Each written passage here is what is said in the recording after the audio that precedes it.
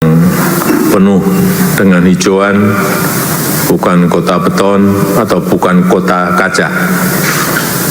Juga smart city,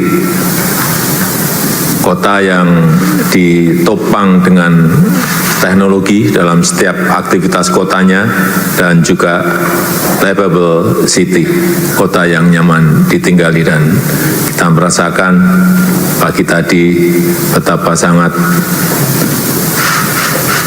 sejuk, dingin, dan segar pada pagi hari ini karena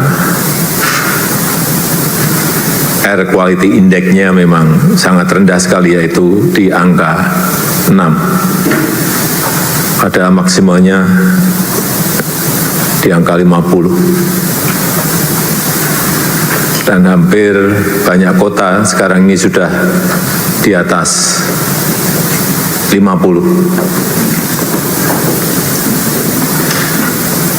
Kepindahan ke Ibu Kota Nusantara ini juga sudah sering saya sampaikan, bukan pindah fisiknya yang penting, tetapi bisa bekerja dari mana saja, juga pindah mobilitasnya, karena mobilitas di Ibu Kota Nusantara semuanya memakai kendaraan listrik, dan juga energinya memakai energi hijau.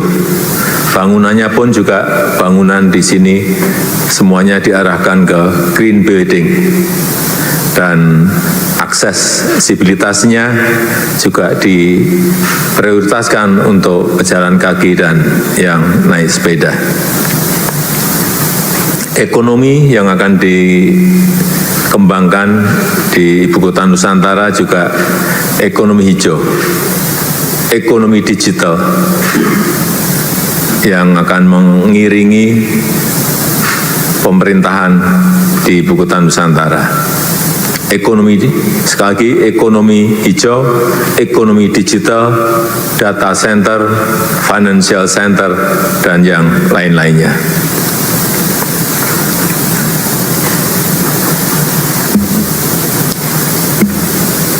Kalau ditanyakan keuntungannya apa yang didapatkan oleh masyarakat di Kalimantan, khususnya Kalimantan Timur, saya kira ini akan mendorong pertumbuhan ekonomi di Provinsi Kalimantan Timur, khususnya Balikpapan, lebih khusus lagi Kabupaten Pasir Penajam Utara. Dan kalau kita tahu, salah satu alasan kenapa ibu kota pindah, karena kita ingin pemerataan. Karena kita tahu 58% GDP ekonomi itu ada di Jawa. Sehingga kita ingin memeratakan untuk juga luar Jawa mendapatkan perputaran ekonominya. Kemudian populasi di Jawa juga bebannya sudah sangat besar sekali. 56% populasi itu ada di Pulau Jawa. Ini yang juga menjadi sebuah pertimbangan bagi kita untuk memindahkan ibu kota. Dan utamanya memang beban di ibu kota Jakarta memang sudah sangat padat sekali. Dan per hari ini perlu juga saya sampaikan bahwa sudah di luar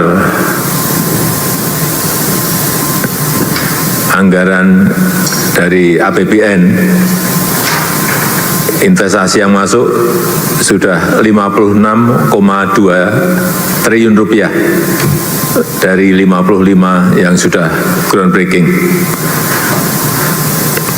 Pendidikan ada 6, kesehatan ada 3, retail dan logistik ada 10, hotel ada 8, energi dan transport ada 2, kantor dan perbankan ada 14, hunian dan area hijau ada 9, media dan teknologi ada 3.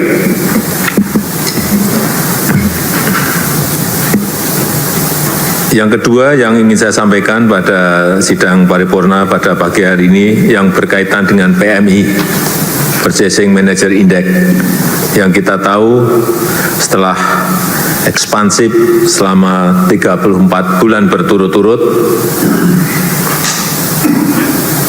pada bulan Juli kita masuk ke level kontraksi. Ini agar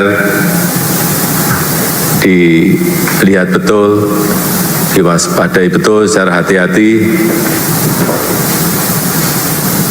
karena beberapa negara di Asia PMI-nya juga berada di angka di bawah 50, yaitu Jepang 49,2, Indonesia 49,3, RRT 49,8, Malaysia 49,7. Dan komponen yang mengalami penurunan paling banyak itu di sektor produksi, yaitu minus 2,6, kemudian pesanan baru atau order baru minus 1,7, dan employment minus 1,4. Saya ingin dicari betul penyebab utamanya dan segera diantisipasi, karena penurunan PMI ini saya lihat sudah terjadi sejak 4 bulan terakhir.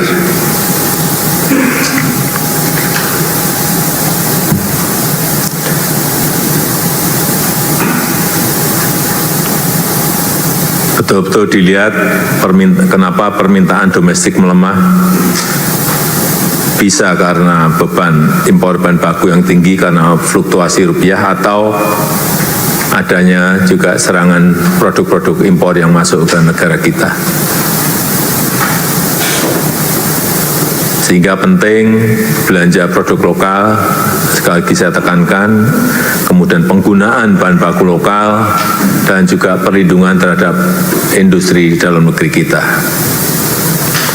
Dan mungkin juga karena permintaan dari ekspor atau dari luar negeri melemah. Ini karena terjadi gangguan rantai pasok atau perlambatan ekonomi terhadap mitra-mitra dagang utama kita. Sehingga kita harus bisa mencari pasar non-tradisional dan mencari potensi pasar baru ekspor kita. Saya rasa itu yang ingin saya sampaikan dalam kesempatan yang baik ini. Silakan kalau ada yang ingin disampaikan. Terima kasih. Assalamualaikum warahmatullahi wabarakatuh.